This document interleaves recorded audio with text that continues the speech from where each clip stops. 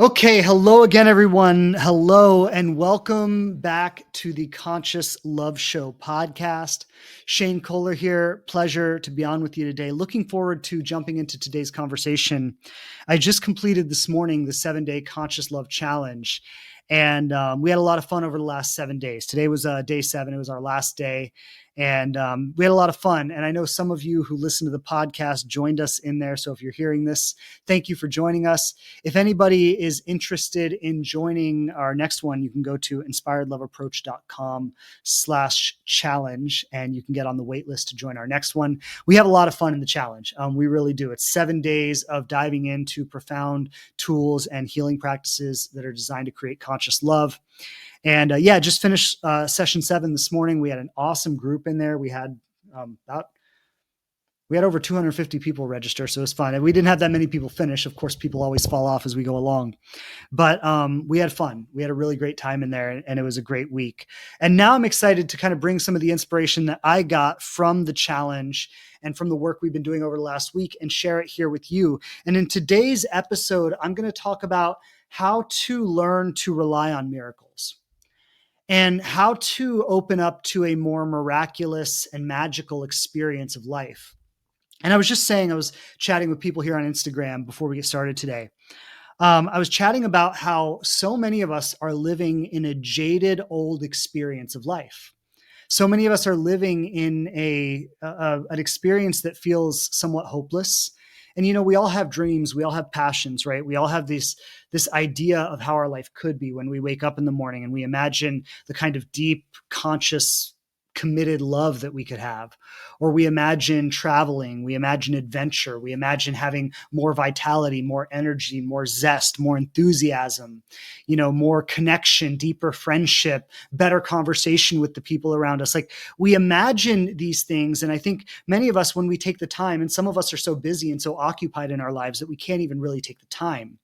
But when we take the time to really think about how life could be, and to really think about, when we imagine the maximum version of what life could be for us, there's a vision that comes to mind, right? There are certain desires or dreams that are kind of built into the heart of every human being, and things that, we imagine, well, if my life could be like this, or if my life could be like that, like that's how I would really want it to be. And in contrast to that vision that we have about how life could be, how we imagine the optimal experience of life would look or feel, or the kinds of people that would be around us, or the kinds of experiences we would be having, we then have our day-to-day. And our day-to-day often doesn't reflect that magical, ultimate experience of life, but our day-to-day feels very hard. It feels very stressful. It feels very exhausting. And I was just saying earlier that there's a kind of experience where a lot of us feel like we are trying so hard in our lives. We're putting everything we have into it, but we feel like we're coming up empty-handed.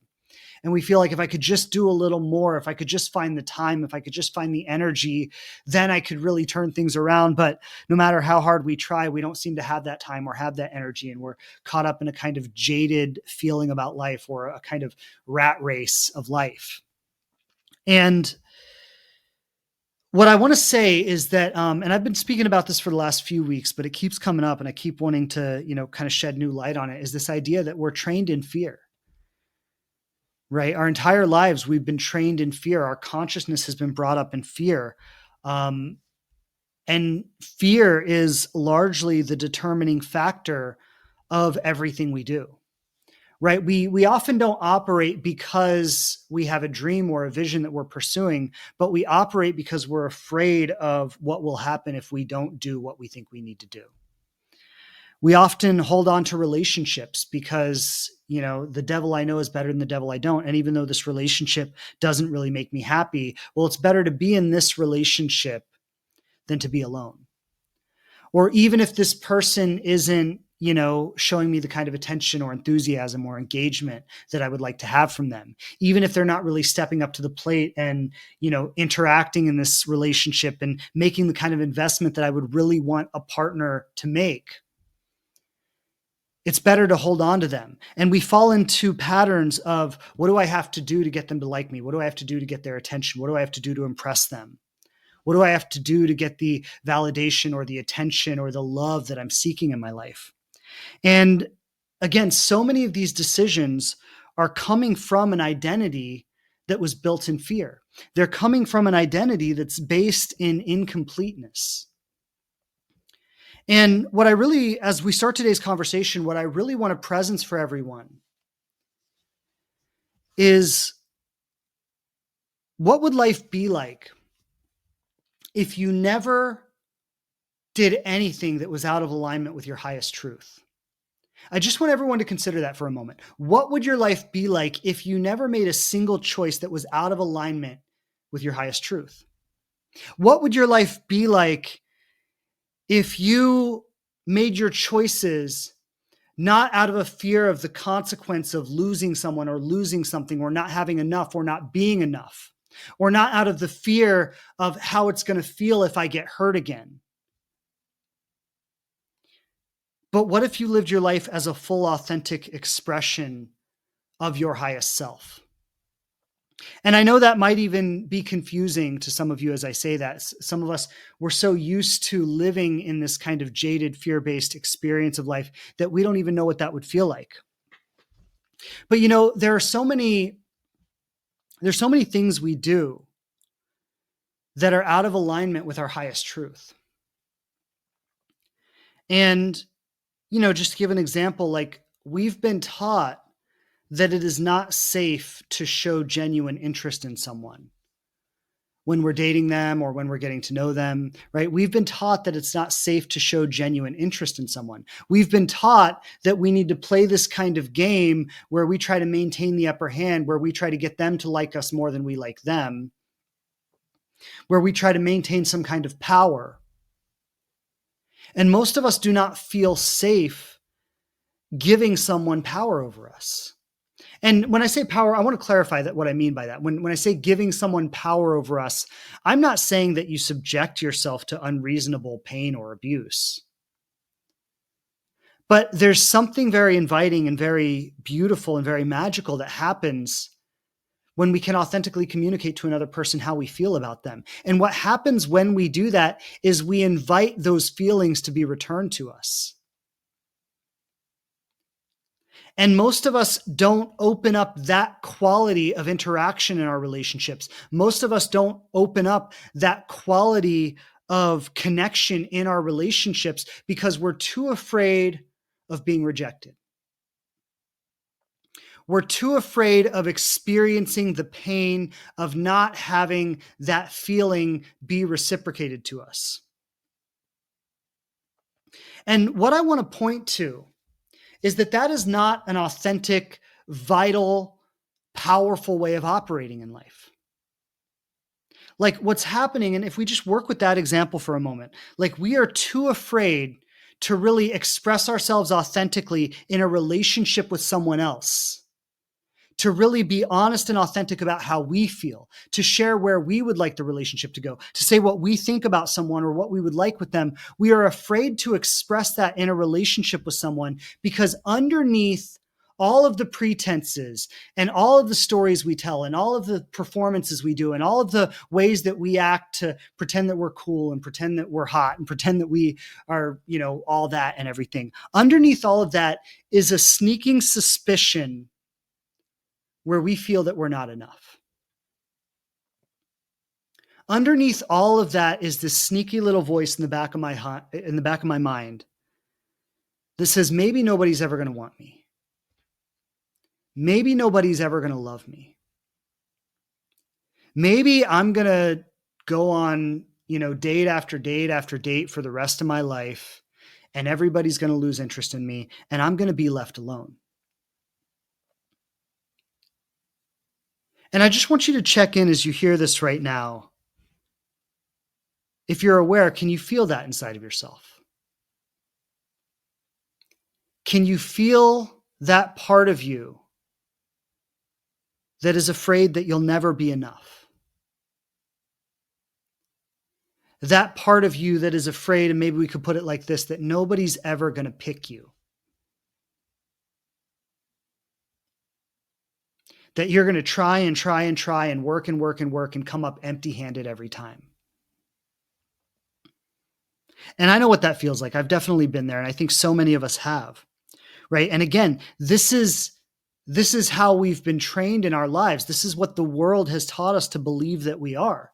And this started very, very young. When we were very, very young children, our parents didn't tell us you are beautiful, lovable, and amazing just the way you are. And all you need to do in your life is be the most authentic version of yourself, right? Our parents didn't tell us that. They said, good little girls do this and good little boys do this. And if you do this, we're going to love you and give you validation and acceptance. And if you don't do this, we're going to punish you. And I think this is basically universal. There might be some exceptions to this, but this is basically universal. This is what we learned about life. This is what we learned about ourselves. And this is how our identities were formed. And if you wonder why the nature of intimate relationships is so challenging, if you wonder why it's so challenging to just love someone and have somebody love you back and like get on with your lives already, if you wonder why that's so difficult, well, this is really the answer why.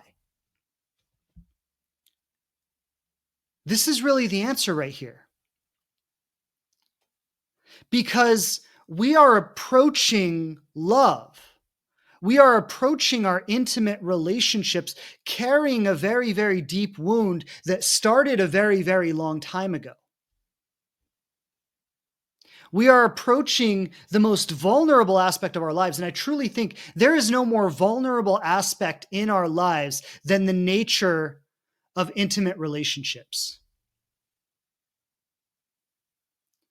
Like, I think even, I mean, there are other aspects of our lives that touch our wounds. I mean, our wounds definitely come up in the career place. They definitely come up in different aspects of our lives, right? But I think nothing really gets right in there like our intimate relationships do. Like when you're on a first date or a second date or a third date with someone and you're starting to develop feelings for them, and there's this wondering inside, are they going to feel the same way about me?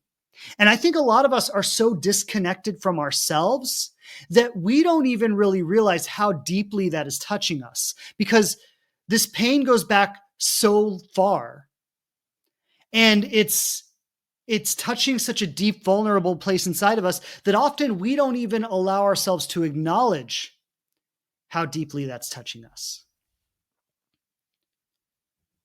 Right? Often we don't allow ourselves to acknowledge how deep this goes. And so we're sitting across the table from someone and we're developing feelings for them and we're hoping this is going to go somewhere. And there's this wounded part of ourselves inside that feels like, I'll put it this way, if I really like someone, they could never like me in return. And the only people who are going to like me are the people that I'm not that into. And I know I'm talking to someone right now with that. Right? How many of you have said, I'm attracted to the people who are not, I'm attracted to the people who are not attracted to me, and I'm never attracted to the people who are attracted to me.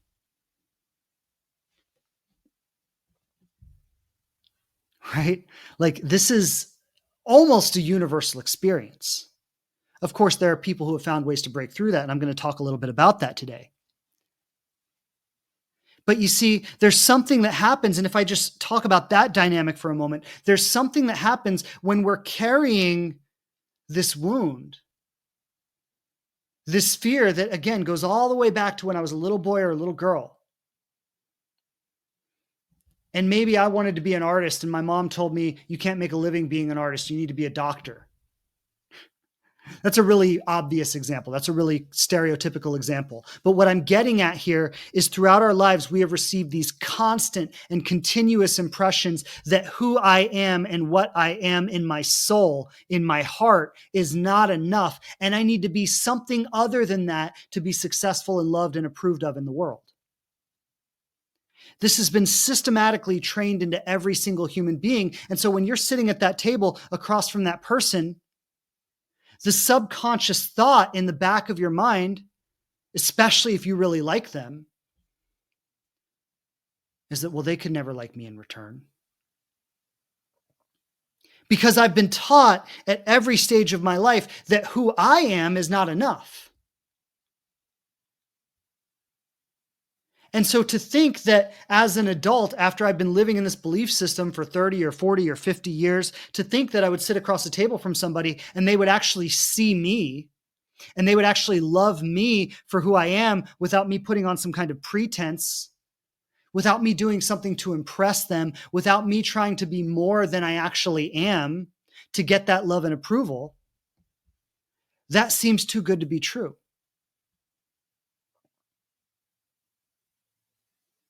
And a lot of us may not even be aware that this is operating. This becomes so subconscious after so many years of living with it. But what I want to ask you is, can you feel it in your body? Can you feel the weight of that? Can you feel that heaviness, that hopelessness? When you're getting ready for a date, or when you're getting ready to go out with someone, or when you're talking on the dating apps, when you're doing all of that, right? Can you feel the tension building up in your body around gearing yourself up to try it again?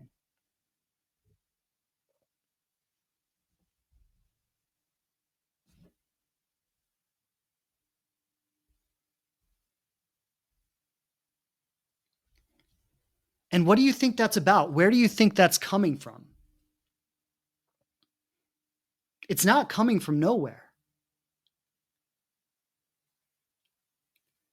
And we carry this heaviness. We carry this sense of not enoughness, this fear that will never be chosen.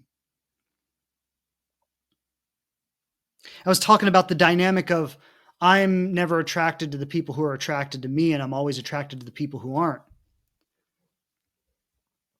There's this subconscious idea operating, and it's a direct reflection of what I'm talking about here. There's this subconscious idea operating that when someone is interested in me, I automatically assume that they are not enough. I want you to think about that for a moment. When somebody shows a genuine interest in me, I automatically assume that that person is not enough. And that's a reflection of how I truly feel about myself. And I assume that if they have an interest in me, they must be low value.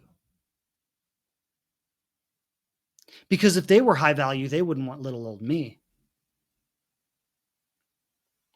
And then the opposite becomes true as well. When somebody doesn't show an interest in me, when somebody is displaying avoidant tendencies, when somebody is game playing, when somebody is making me jump through hoops for their attention or their affection or their approval, I automatically associate in my mind that person as a high value person because they don't recognize my value. If they don't recognize my value, they must be better than me. And if they do recognize my value, they must be less than me.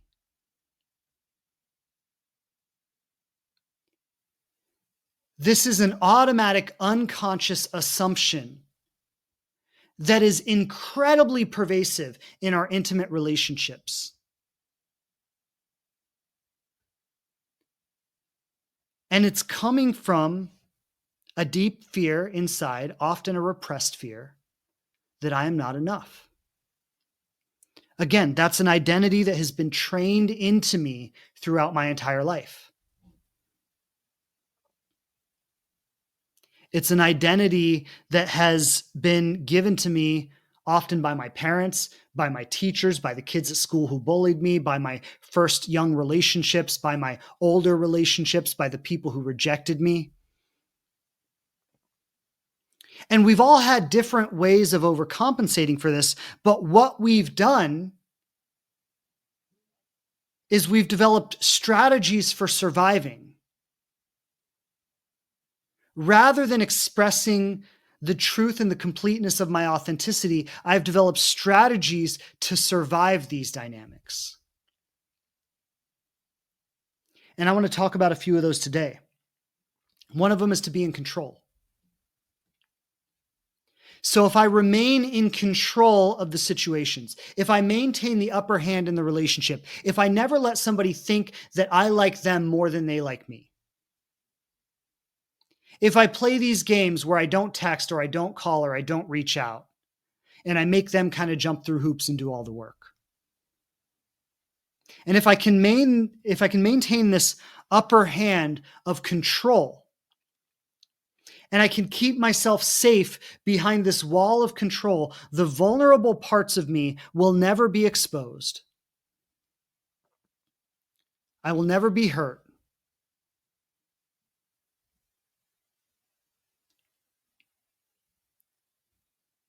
And this is just one of the ways it plays out. And a lot of times we can convince ourselves that we're winning when we do that, right? We maintain control. We maintain the upper hand. We place ourselves above other people. We hide the vulnerable and sensitive parts of ourselves behind this pretense of being all that. But what we don't realize that we're missing in that is the part of us that actually has the capacity to authentically connect with another person, the part of us that actually has the capacity to touch another person's heart and form that heart level connection that somebody could actually fall in love. That part of us is the vulnerable part of us. That part of us is the sensitive part of us. You see, that part of us is the part of us that we try to hide from people. We try to act like nothing gets to us. We try to never let them see me sweat, right? Never let them know they've gotten to me. And I just want you to check in again. Can you feel this in your body? Can you feel the weight of trying to carry that pretense? Of pretending like nothing ever gets to you? When you know it does. I mean, how many of us cry ourselves to sleep at night while going out in the world and pretending that nothing gets to us? I mean, what a disconnection from self is that? When you cry yourself to sleep at night and then you go out in your life, in your day, in your world and act like nothing gets to you and act like you've got it all together. I mean, what an obvious disconnection from your own truth, from your own reality. And yet so many of us do that and we buy into our own BS.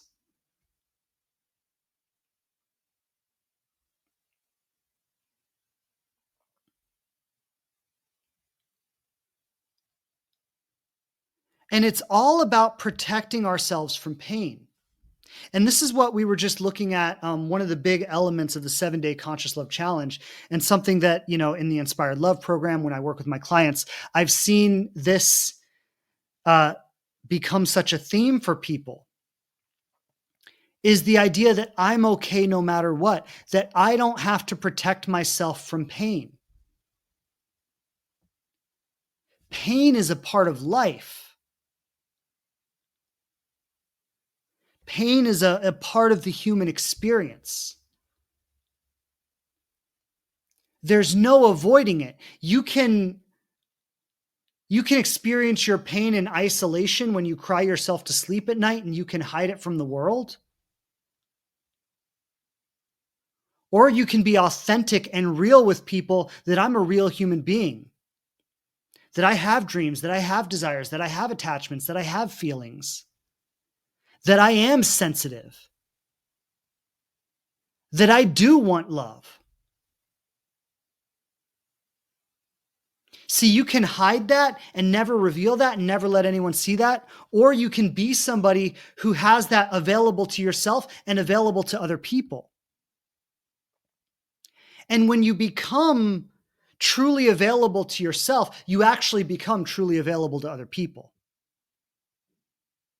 You see, we think that we are going to find love or whatever it is you're looking for in life, but largely in this conversation, we're talking about love here. We think that we are going to find love by showing people how cool we are, by showing people that nothing gets to us, by showing people that they can't hurt us, by showing people that they can't touch us, by acting like we have some kind of superhuman invulnerability. We think that is what is going to get love.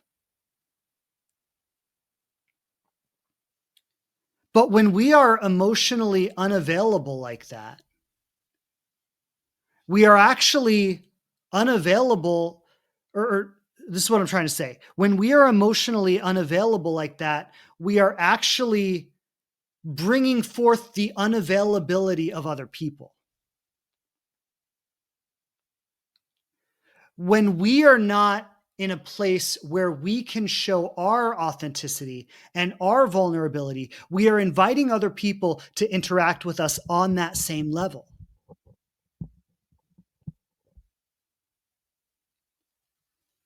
We are inviting other people to keep their walls up, to keep their guards up, to hide themselves from us.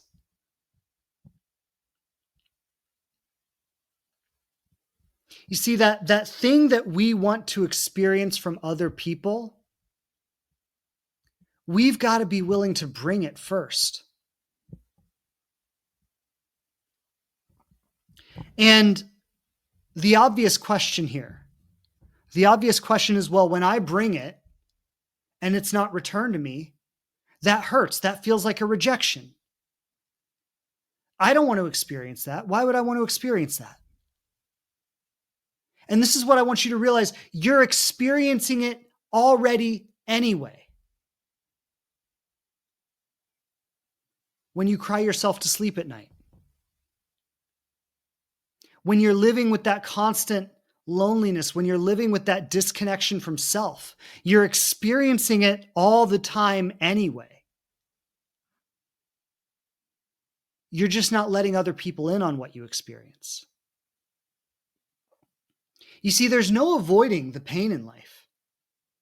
It comes with the territory. There is pain in being alone. There's pain in being in a relationship. It comes with the territory. The nature of being human is to experience pain at sometimes. It's also to experience joy. It's also to experience love. But the degree to which we are available to our pain is also the degree to which we're available to love. If we isolate our vulnerability and our pain in a dark corner of our lives that nobody ever sees, that we never let people in on, that we never express, that's where our love is going to live too.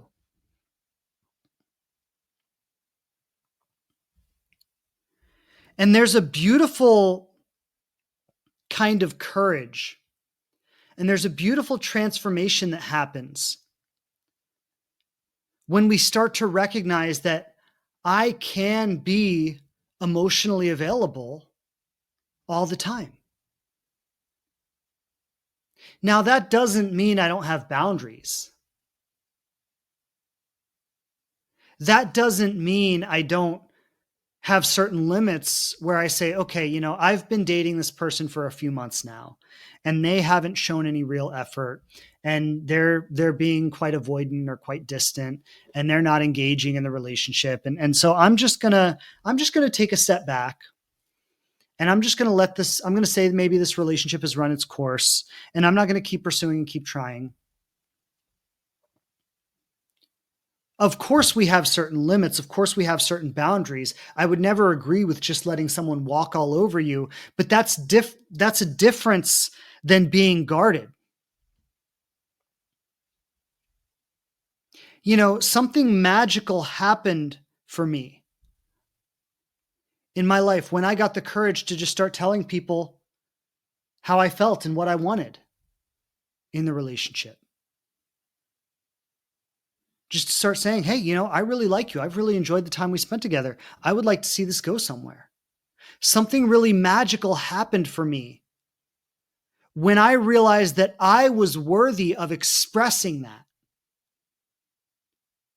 And how the other person responded didn't really matter, because it wasn't about what I was trying to get from them. It was more about who I was being in the relationship. And let me tell you, we could call it rejected. And even rejection, I think, is a misunderstanding of what's actually happening. There might be a misalignment here. There might be a difference in values, a difference in desires, a difference in the place where we are in our lives, a difference in the expectations of a relationship, et cetera, et cetera. There might be a misalignment where I'm feeling something that the other person isn't necessarily feeling, or I'm wanting something that the other person doesn't necessarily want. But that's not even really a rejection. That's just a misalignment.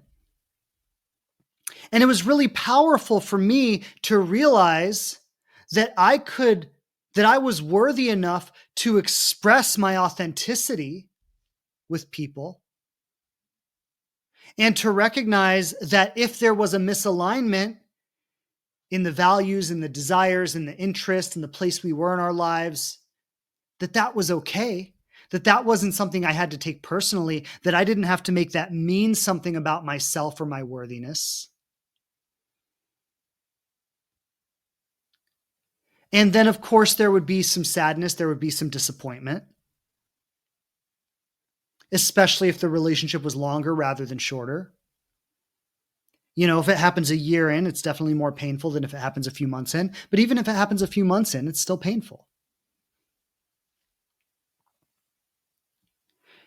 But then there was an incredible power in also realizing that I could handle that pain. I could handle that grieving of that loss, whatever that was, if it was a loss of a shorter connection or a longer connection. You see, this is what so many of my clients have told me through the work we do together. And many of them have created amazing, deep, loving relationships. Many of them are happily married or engaged or in incredible partnerships today.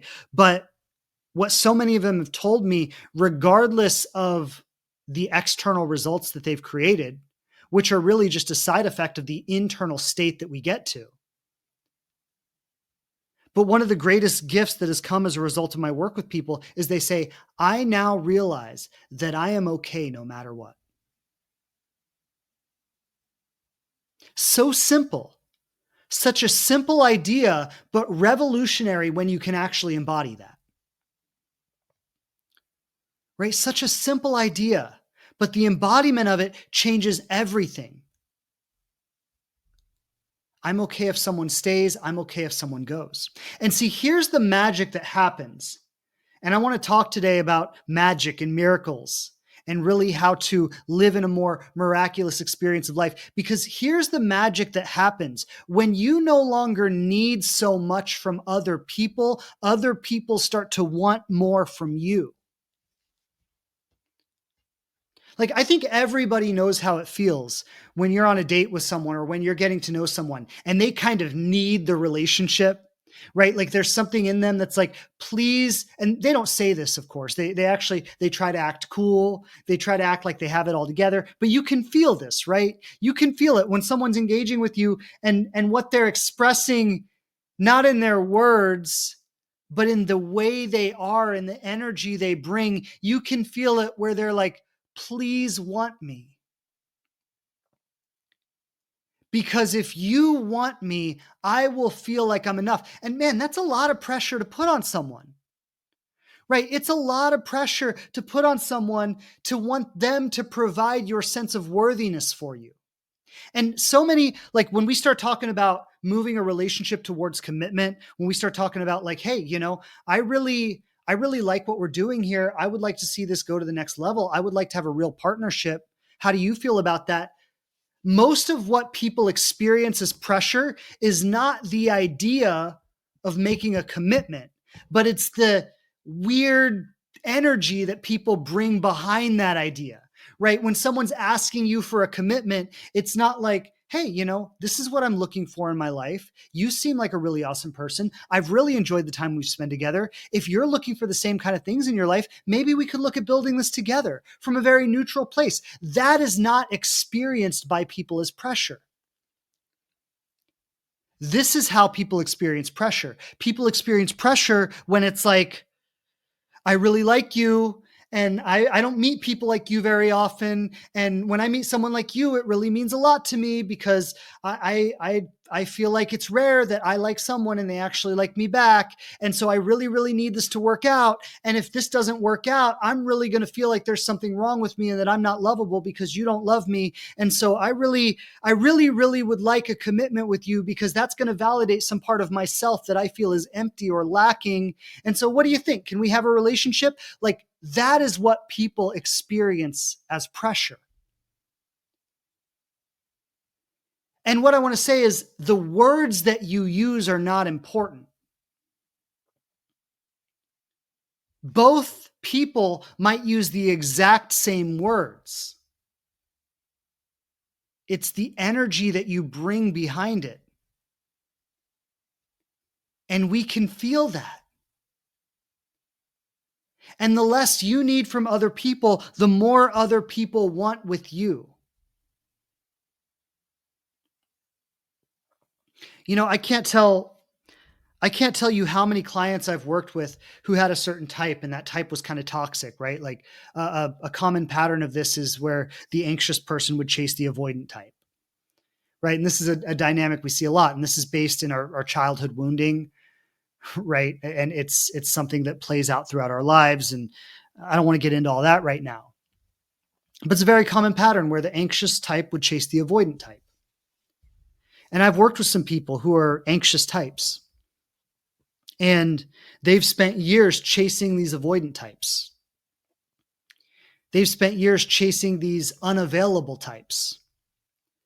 And the unconscious idea, because what an anxious person is dealing with is the fear of not being enough,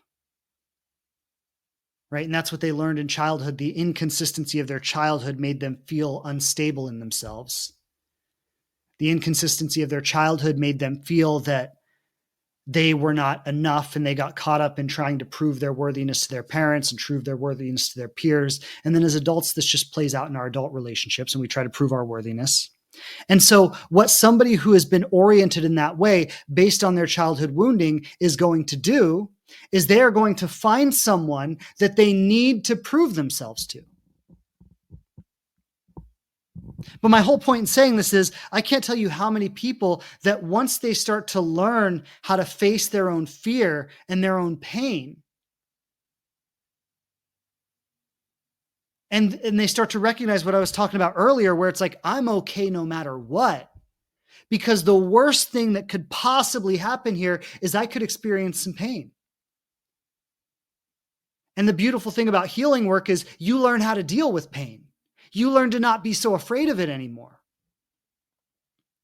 And so once people get to that place where they're like, I know how to deal with pain when and if it happens, I don't need so much from other people now because the worst thing that can happen is I experience some pain. And once people get to that place, they often look at that same type of person that they've been chasing their entire life and they go, you know what? That person's not that attractive.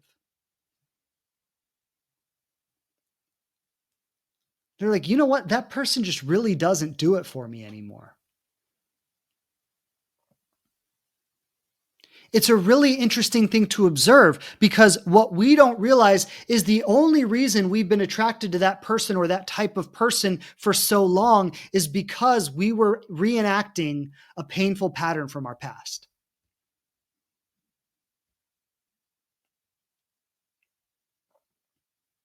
And so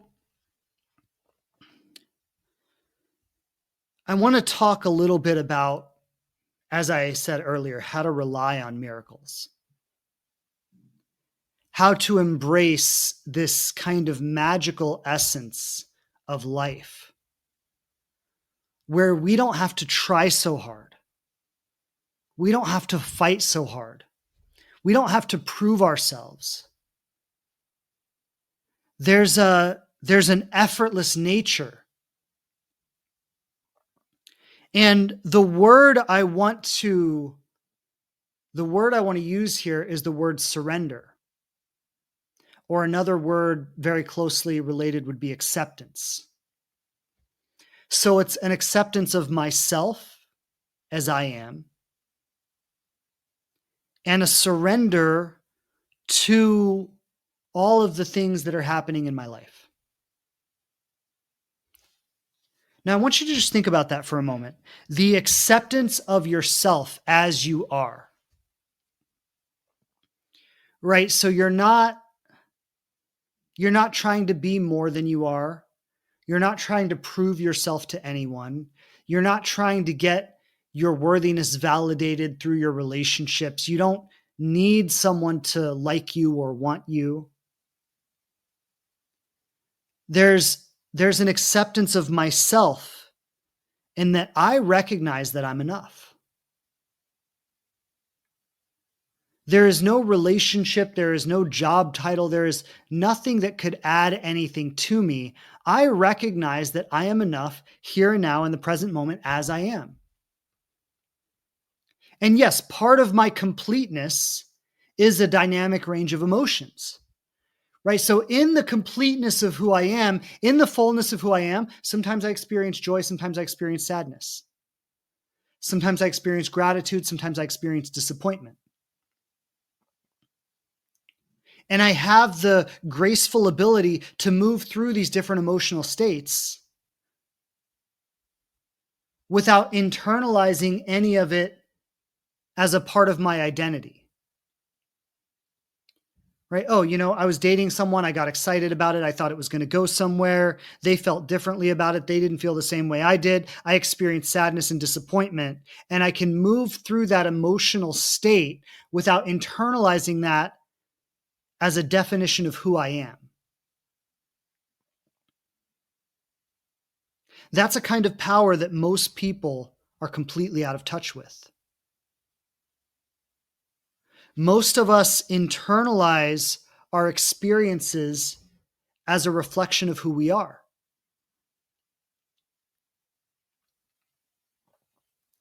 And then what starts to happen, if you can start to accept that you are enough and nothing that happens in your life could ever change the fact that you are enough. And that means you are lovable. That means you are worthy.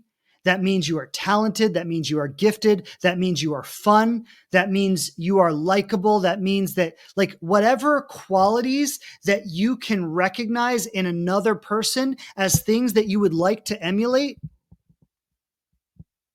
you can see that you have those qualities within yourself. Now, granted, they may be underdeveloped because you've spent your life living in fear and you've spent your life being afraid that you weren't enough. And so rather than expressing and fine tuning your gifts, you've withheld them and you've shown up as a smaller version of yourself, which that's a valid stage of human growth. And we all go through that stage.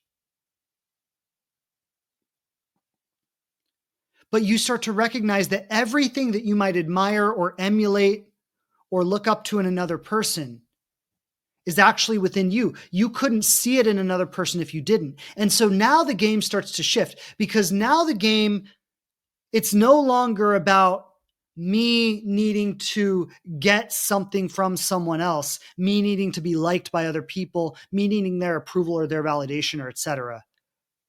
It's no longer about any of that. What it becomes about now is, how can I bring forth the most complete version of me? How can I express the most complete and authentic version of myself?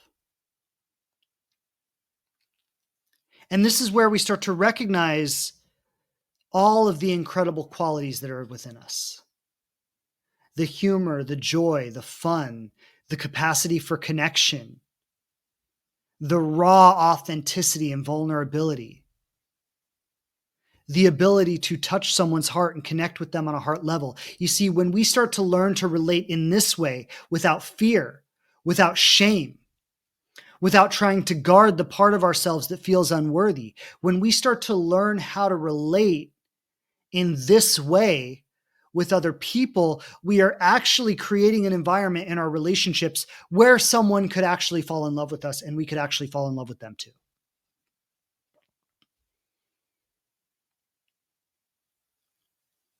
This is what we've all wanted our entire lives. Not even that we've wanted from another person. All we really wanted was to feel this way about ourselves. And so, as we move into the state of self acceptance and the state of surrender into the experiences that come our way, if a relationship is going well, we surrender to it. If a relationship isn't working out, we surrender to that. We let people come into our lives and we let them go. We vulnerably ask for what we want. We challenge our relationships to rise to the occasion. And when they don't, we recognize that we have simply discovered an incompatibility and we release that relationship with love. And all of this is done without me internalizing any of it as a reflection of who I am as a human being.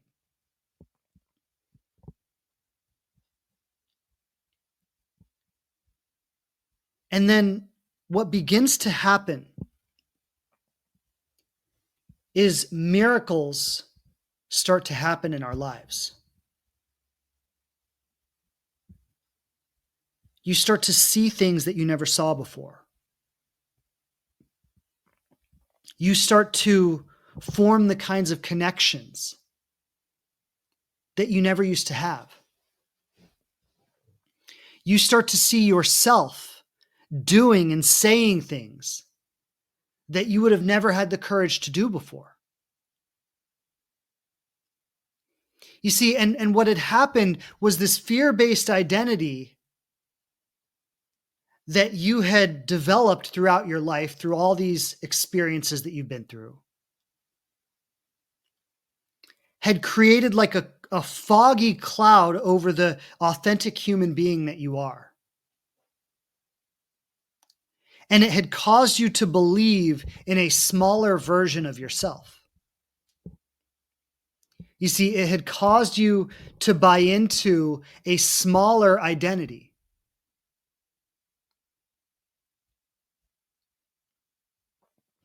And then what happens for us when we live through this kind of fear-based identity is our lives become about accommodating our fear. And you see, this is where miracles can't really happen for us because we've already made the decision ourselves. We've already decided how things are going to be. We've already decided how people are. We've already decided how relationships are going to show up. We've already defined everything. And so there's no room for magic. There's no room for an unexpected possibility to come out of nowhere and blow our minds. There's no room for a random connection at the coffee shop to turn into the greatest love affair of our lives because we've already decided what is possible and what is not based on this foggy, limited, fear-based identity that comes from our past. Today, we just had our last session in the Conscious Love Challenge that I was talking about earlier. And what I shared with them today in our final session is I said that all of our fear, everything we're afraid of, exists in our past. It doesn't exist in our future. The future is literally an unwritten script. It can look any way you want it to. But if you choose to bring your past into your future, then you're going to recreate that. And someone asked me once, actually, someone did ask me this, but before someone asked me this, I asked one of my coaches this. And I want to share what he said to me because we were having this conversation. The future can look any way you want it to. There are literally unlimited possibilities. There's a magical quality that when you surrender to the highest version of yourself and you start living from your highest authenticity, there's a magical quality that happens where life starts to transform around you. And I remember I was talking to one of my coaches about this. And I asked him, I go, yeah, but where's the line? Like, where do you draw the line, right? Like, there's not literally unlimited possibility. Like, where do you draw the line? And this is what he said to me. He goes, where do you draw the line? You're the one defining all of it. You're the one saying what can happen and what can't happen. And you're the one looking for all the evidence in your life to reaffirm your limiting beliefs. You see, I knew all men were toxic because the last 10 men I met are toxic, and the guy I met last week was toxic. Therefore, all men are toxic. And when you start to, and that's just a common example, I'm not saying that applies to anyone here, but if the shoe fits, then wear it. But what I'm getting at is that when you define life that way, life cannot show up for you any other way. And why do we define life that way? Like, I want to go back to what we've been talking about. Why do we define life that way? Because we're afraid. We say the last 10 guys I met were toxic and the guy I met last week was toxic. And if I'm just this naive, hopeful person who believes I can meet a good guy, I'm going to get hurt. And so I need to wear this system of limiting beliefs to protect myself from my past. And as I try to protect myself from my past, I bring my past into the present moment and I project it into the future and I create and attract more of it.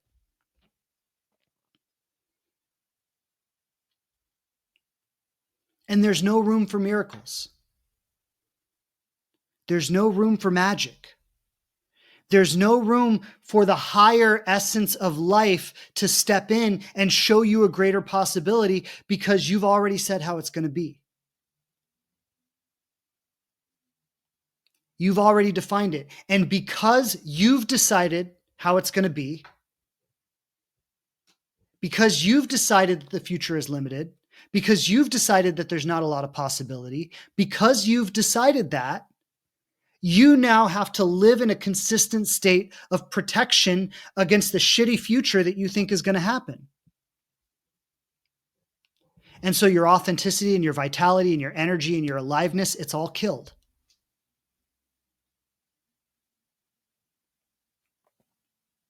You know, when we start to look at what is being revealed in terms of quantum reality and some of the experiments that are being done now, there's a kind of resonance that is, the energy is attracting like energy. And theoretically, and this is what the science is telling us now, theoretically, every future possibility is equally available. So when you imagine this future of deep conscious love, when you imagine this future of a loving, passionate relationship of commitment and building your home together and building your dreams together, and whatever that looks like for you, from where you stand in the present moment, that future possibility is equally likely as a future where you end up alone and disappointed and jaded and disillusioned. From where you stand in the present moment, both of those possibilities are equally possible. And the only thing that determines it one way or the other is the energy that you bring to this present moment. If you bring a miraculous energy to this present moment, you're inviting miracles to happen in your life. And I want to define miracles. What do I mean when I say miracles? Because, I'm not necessarily talking about raising the dead or something like that. When I talk about miracles, what I'm talking about is a moment in time where your entire worldview is revolutionized. A moment in time where everything that you have known to be true up until this moment of your life, and all the ways that you've been operating and all the ways that you've been thinking and all the strategies that you've had to survive and control and make sure you get what you want and make sure that you're not hurt and all of this, a single moment in your life where all of this is revolutionized and suddenly you see things differently, you think about things differently, you feel differently. There are physical changes that happen in your body.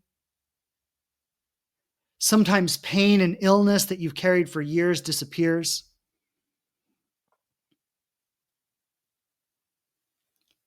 Suddenly, you might look at a friendship or a connection that you've had for a long time and suddenly see, oh my God, they're my life partner.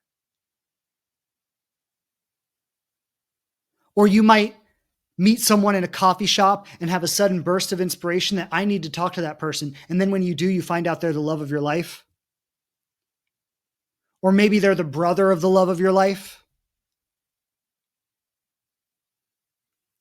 Right? There's this single moment in time where we have opened ourselves up, where we have released our fear and we have released our baggage from the past and we have released our limited identity sufficiently that something happens in our consciousness where suddenly we think and feel differently.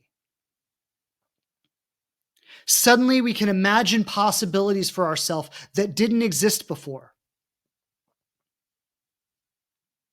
And as we continue to shed that old identity, as we continue to shed the fears and the defenses that have defined our lives based on the pain that we've experienced in the past, as we continue to shed this, as we continue to accept ourselves more deeply and to surrender to the life experiences that we're having without resistance,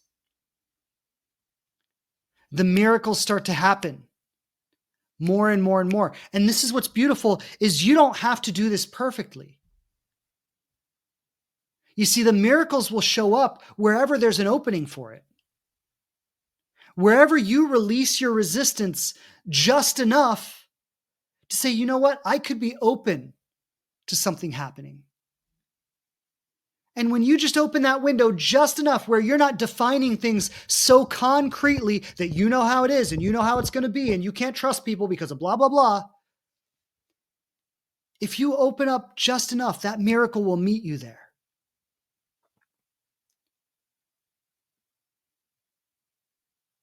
And suddenly you'll think about things differently and you'll approach situations a little bit differently. And as you continue to open that up, and as you continue to lean into that, they will meet you again and again and again and again and again and again. You do this for 5 years, you're no longer living in the same world. And what happens for people is they say, Shane, I tried it, and I never experienced any miracles. I tried it, and things are still the same for me. Nothing's really changed. And this is what I say. The fact that you're saying that right now means that you haven't really tried it. Because you were maybe going through the motions. You were entertaining some greater ideas. You were pretending to try it. But in the back of your mind was this little place that you were holding on to where you never really surrendered. You never truly opened yourself up. The whole time you were waiting for it to fail. One of our other great defenses in life, one of the other great ways that we protect ourselves is by being right. You were playing with these ideas, you were playing with these possibilities while secretly in the back of your mind being right the whole time that it wasn't actually going to work for you. Because if you weren't coming to me right now and saying that I tried it and it didn't work, you would still be waiting for the miracle. You would still be living in a state of openness. You would still be expecting that things were going to turn around for you. And people say, well, what's the point of that? I'm just going to spend my whole life naively hoping for something better and it never happens. What's the alternative? Spending your whole life being jaded and cynical? Who's going to fall in love with that? You see, there is no losing here. You can only gain. You can only open yourself up to a better experience of life. Worst case scenario, you're going to have the same life you would have had anyway. You'll just be happier about it. Best case scenario, you experience a miraculous transformation and nothing is ever the same for you ever again. You see, there is no losing in this. The only thing you would lose is your fear and your resistance and your self-aggrandizement and the constant perpetuation of the thoughts that make you feel like shit all the time. That's the only thing you lose.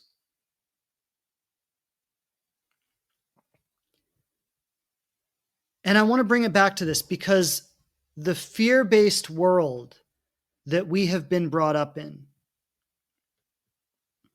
has trained us to not be joyful. It has trained us to not be free. It has trained us into an experience of life and an experience of ourselves that we believe to truly be joyful and to truly be free is to set ourselves up for pain and for suffering. And unconsciously, we believe that there is some benefit to constantly punishing ourselves. We believe that by constantly diminishing our experience of life, we are somehow atoning for some bad future that would have happened otherwise. And it's all bullshit. You can live and express your highest vitality, your greatest passion, your greatest joy.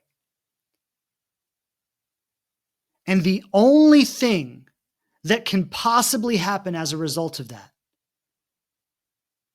is you invite more of what you want into your life. Again, the absolute worst case scenario is that it would just work out the way it was going to anyway.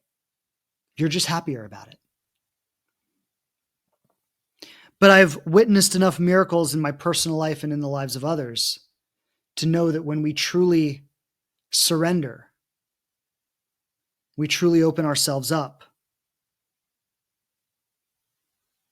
we experience the miraculous in our lives.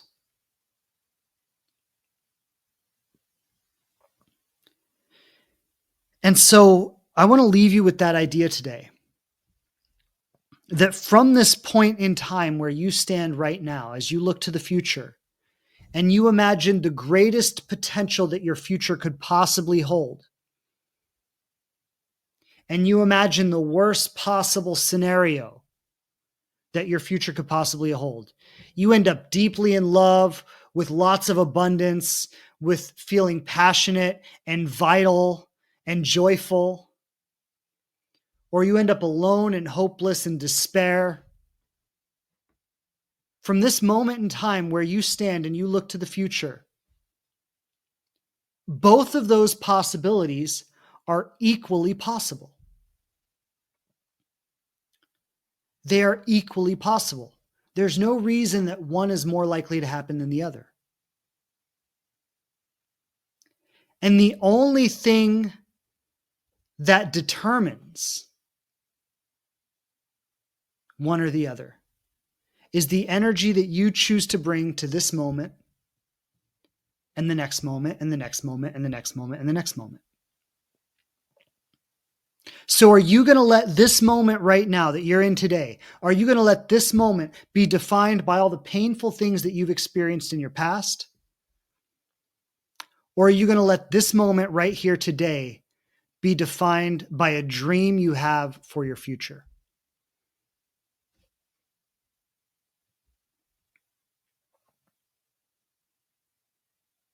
And the choice is yours. When you choose to be defined by a greater vision of the future,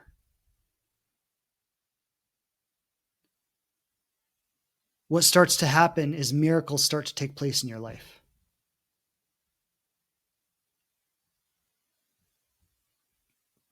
Okay, so I want to open up for some questions. If there are any questions, I will. I'll give a moment if anyone has a question they want to ask. I'm going to read through some of the comments that have came in.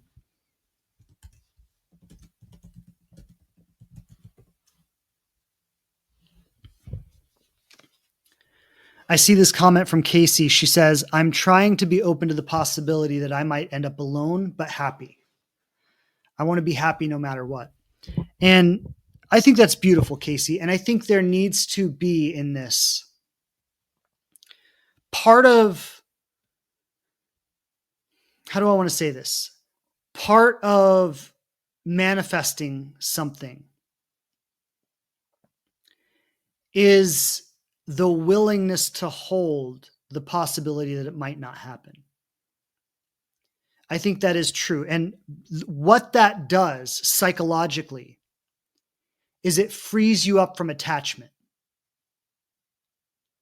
right? When you can be okay either way, when you could say, look, I'm okay ending up with someone, I'm okay ending up alone, but I know that whatever happens in my life, I'm going to be the most happy, the most full, the most authentic version of myself.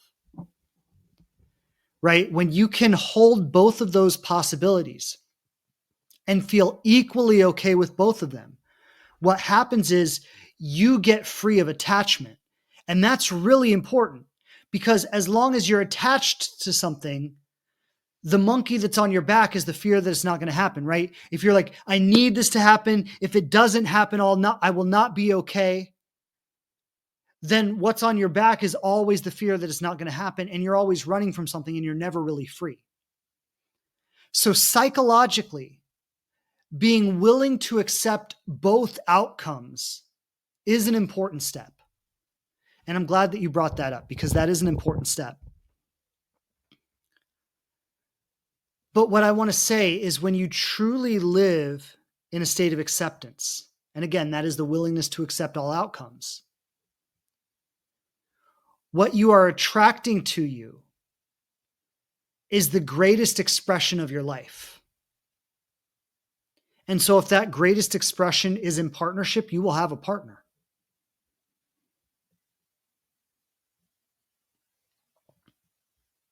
So that's what I want to say, Casey, is it's a beautiful stage to let go of that attachment and to move into that state of acceptance. And I think that's an important stage. But I still want you to be connected to the highest possibility for your life. I still want you to be connected to the greatest dream for yourself. And as much as you might be willing to accept that, okay, maybe that doesn't happen, you want to equally hold in your heart the belief that it could happen, and the willingness to live and show up every day as though it would happen. There's a difference between acceptance and resignation. Resignation is like death. It's like, it's never going to happen. It's futile. I shouldn't even try. So I'm just going to give up. That's not acceptance.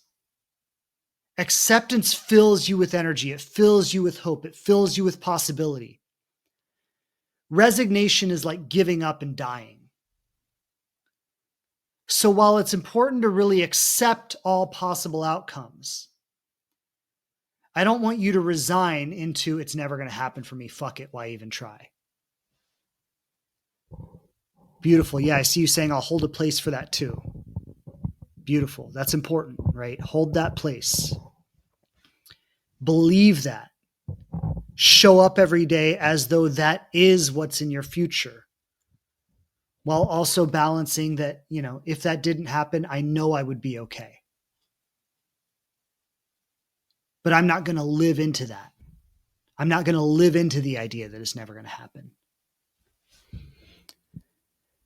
Thanks for sharing, Casey. Great to have you here. It's always a pleasure to have you on. I do just want to shout out Casey, bought a badge today. Also, Leisha bought a badge today. Just want to send both of you some love. Thank you. If you are getting value from this conversation, if this is touching you and you would like to purchase a badge, I will appreciate that. I always appreciate it when people want to give something back. That means a lot. So thank you to Casey and Leisha who bought badges today. Let me see. I want to scroll back through here. Robin Kate dropped an awesome comment here. Yes, 100% love this. So simple but life-changing. Complete acceptance of everyone and everything as it is. Yes, as it is now, right? I'm not in resistance to anyone or anything as it is now. And I believe that only the best could happen in the future.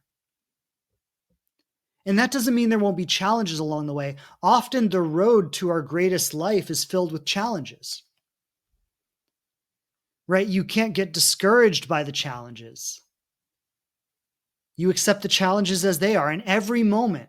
No matter what's showing up in every moment, you accept that moment as it is now, all people, places, and things involved, while still holding a vision for the absolute best in the future. And trusting and believing that that is what's coming. We really don't understand how creative and how powerful we are. We let our minds wander without control to the most dark and depressing places. We dwell on things that we shouldn't dwell on. And there is no thought that is uncreative. Every thought has creative power. Wherever your mind is wandering is inventing a reality for yourself. And so this is where we've really got to get clear about what thoughts do I allow myself to entertain? Where do I hang out in my own mind?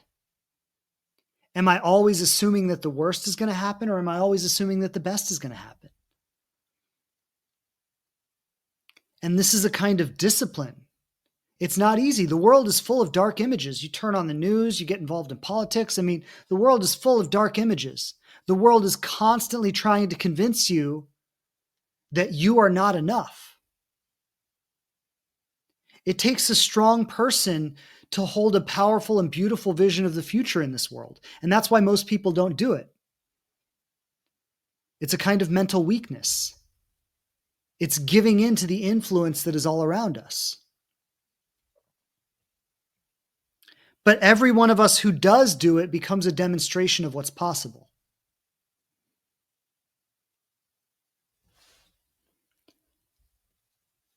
Leisha dropped an amazing comment here.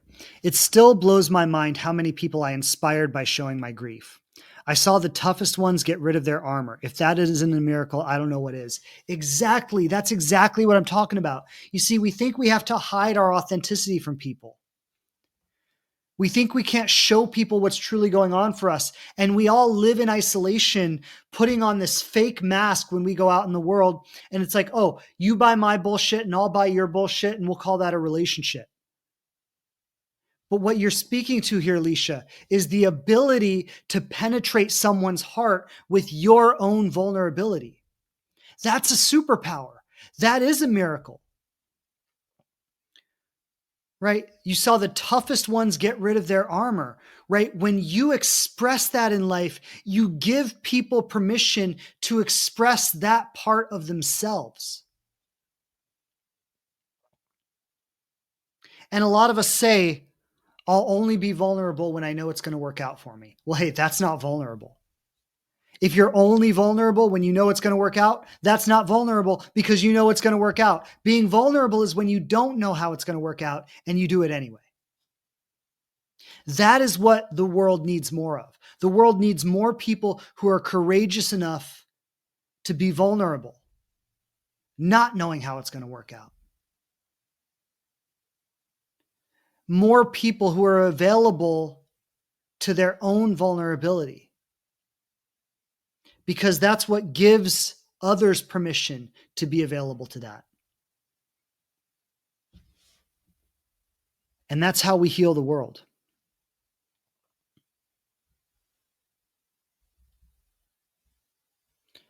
All right, I'm not going to be able to read all of these comments, but thank you for those of you who have been participating today. It's wonderful to have you here. Um,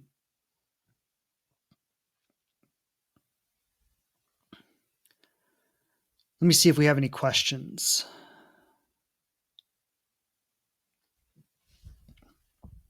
I'm glad this is supporting you, Casey. Thank you for sharing. Thank you. All right. Doesn't look like we have any questions today. It's been a pleasure being on with all of you. Thank you.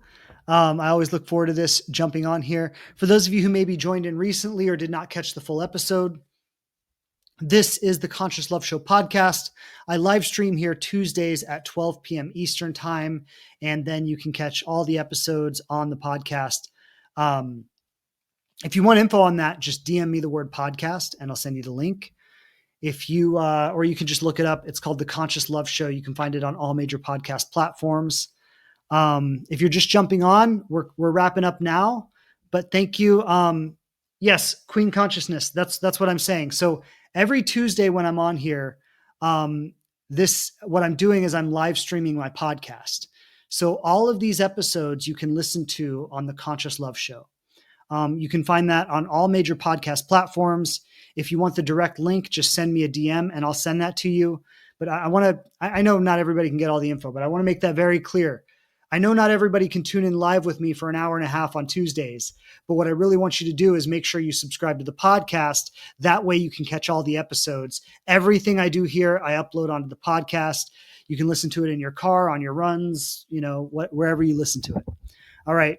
So thanks everybody for being here today. Lots of love and blessings to all of you. I will see you back here next week. Yeah, thank you. Lots of love, everybody. I'll see you back here next week. Take care. Have a great rest of your week. Bye.